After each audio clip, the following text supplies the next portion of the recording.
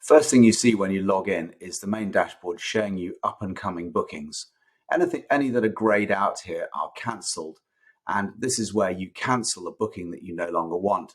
Show you how to do that. Just click the dots at the end of the line to draw up the quick menu here and click cancel booking, and that's it. One click and it's gone. So I'm just going to show you how to record travel. Click this button here, and let's just start with a very simple from home to school by private car. So we're going to book for the beginning of term. This is in the direction of coming into school. So select the student or students who are traveling. If there's only one, it will be pre-selected. Where are you coming from? The system works on the basis of where are you starting or ending your journey if you're indeed leaving school. So a train station is not a place where you start or end a journey. And a physical address, it has to be an address because it geolocates where you're coming from and where you're going to, and therefore it knows what it can offer you by way of an intelligent solution to get to or from. So let's just start from our home address, which is pre-populated in this top button.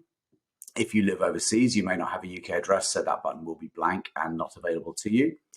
It's asking what time we're arriving back to school, so we'll just put an arbitrary time here, 9 o'clock at night.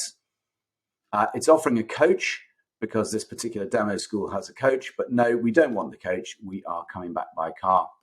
So let's just click, we're going straight there because it's point to point. We're not going via anywhere else. We're just coming straight from home to school and own vehicle. So let's just put in the own vehicle. Optionally, you can put in the car registration number.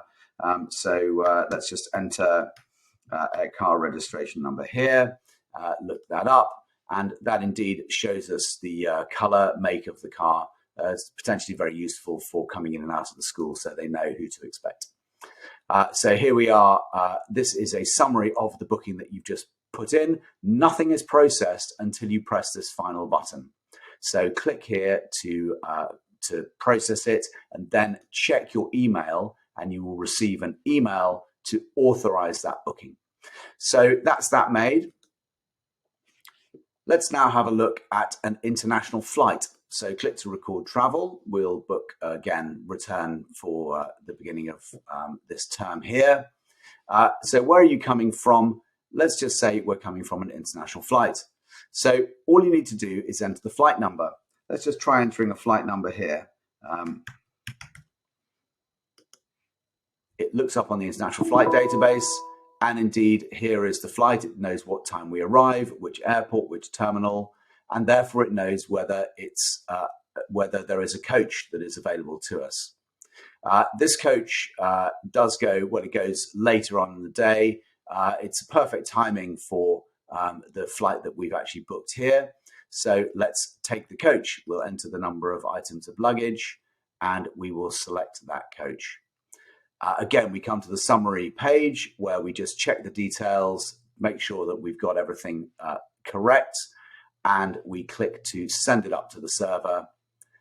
Go and check your email. There will be an authorization email will have arrived in your inbox. Click the authorization email, and that booking is made. It's very important to note that if you do not click the authorization email, your place on the coach will not be reserved. So do check the authorization email. If you have any difficulty with an authorization email, let us know, let the school know, speak to a member of school staff. They are able to authorize on your behalf. Right, let's take a look at another booking. Let's go from home to school by train. So let's click on, let's choose a student here. Let's say we are coming from home. We are going to get back to school about 9 o'clock at night. That sounds fine. It's offering us the regional coach, which runs near to our house. We're not going to take that. We are going to go by train. Now, a train involves stops because you have to get from home to the train station, take the train to the far end, and then get from the destination train station to where you want to go. So that is a multi-leg journey. So the first stop we're going to take is a train station. Our demo house is based near Leeds. So let's just enter Leeds as our train station. It's then going to ask, how are we getting to Leeds? Well, let's say we're going to take our own vehicle. You can choose who's going to drive the vehicle. These names are pulled in from the database that the school holds of people with parental responsibility. However, you can add additional drivers to that by clicking Add New Driver, entering the new name, relationship to the student, and that's how you can permanently store a new driver. I will just choose a driver from the list here. Again, the registration is optional. You can enter it in and it will look it up on DVLA. Click Next. It asks, are you taking the train? Well, yes, you might just be using the train station as a rendezvous point to meet up with somebody else and go on by private car or go on by taxi, but yes, you are taking the train. What is your final destination station? Our demo school happens to be based in Oxford, so we will put Oxford as our final destination, and it asks what time we would like the train to either depart after or arrive by, and that is after and not including. So if you have a train that arrives at 4 o'clock, don't put 4 o'clock because it will say it needs to arrive by 4 o'clock, i.e. before 4 o'clock. We're going to put arrives by 8 p.m. because we said we'd be back about 9. So let's just search the train timetable. And the train database does all the lookups for all the different changes and the different ways of getting from your origin station to your final destination station. There is no need to put in all of the different stops that you're making. It works it out for you. So let's just choose an arbitrary train here and click Next. And how are you getting from the train station back to school? Well, we are going straight there on this occasion. We're not going via anywhere else from the Oxford train station back up to our school in central Oxford. So this particular card shows us the option to walk. So the school is close to the train station, so we are given the option to walk. It works out distances, and it knows that within a certain distance, within I think less than a mile, you are able to walk.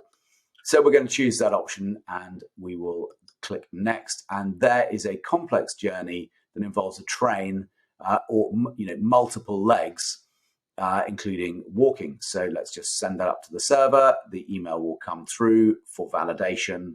And that is that.